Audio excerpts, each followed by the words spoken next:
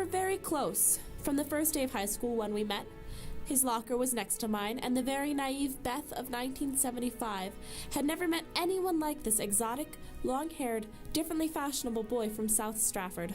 I thought he was wonderful. Beth Udi Taylor.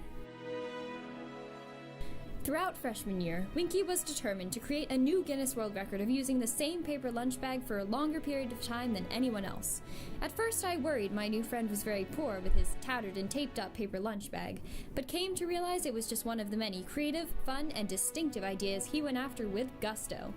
We taped that bag until it was pretty much only tape. Oddly, I don't remember if he actually got into the Book of World Records. I think he was turned down because they didn't actually have that category. Beth Udi Taylor.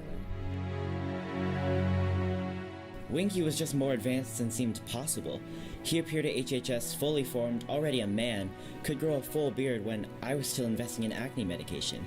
He was gay and comfortable with it when I was still trying to figure out what the hell sexuality was. He understood tolerance toward other people's differences when I was still trying to figure out how to be cool enough to be popular. Stuart Russell. He knew there was such a thing as being a designer, and that he could go to New York City and do it. He knew how to work when my best strategies were how to avoid work. He was accepting and kind while I was busy making those adolescent missteps that still make me cringe. Just the fact that he was around seemed to hold out the hope that I might be a better person myself someday. Stuart Russell. I remember that when a new show came along, he was instantly full of ideas for the set. I swear you could see his brain spinning, and within days, or even hours, that self-discipline started organizing his thoughts into sketches. If there was one thing that Footlighters always knew, it was that Winky's sets would work, creatively, logistically, aesthetically, and that Winky would be there every step of the way. Like his sets, he was the creative foundation that we all counted on to ground us. Strong and inventive, beautiful and solid. Allison Valton. What I remember most is how everything just worked. He would make things move and turn to form something else. He had a great sense of the feel of the play, the colors, the mood would always be spot on for each production. He worked long hours and always seemed genuinely pleased if you liked what he did.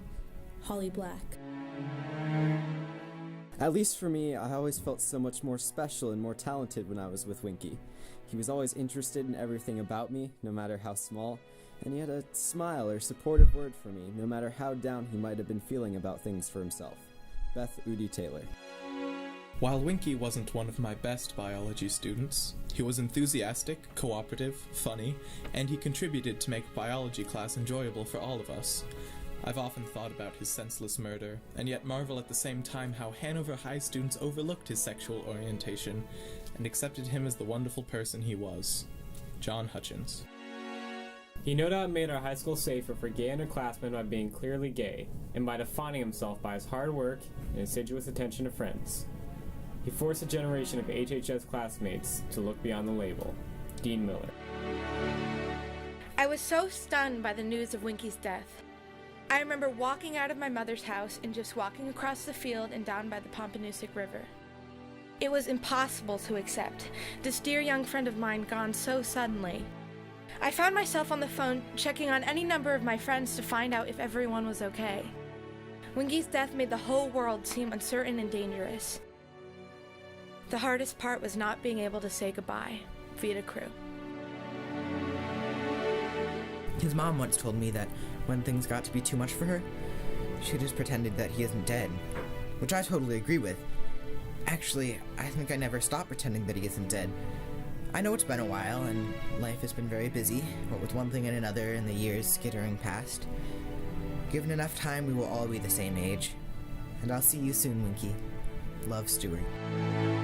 Winky Bean was having fun and was making up as he went along. Winky Bean is about doing what you really want to do with your life. Winky Bean is about making it count. Winky Bean is about believing in yourself. Winky Bean makes me be excited about life and art and my work, and he wants you to make it happen. Winky Bean is about making it happen. Nothing could stop Winky Bean. Winky Bean is still making it happen. Mary Snell.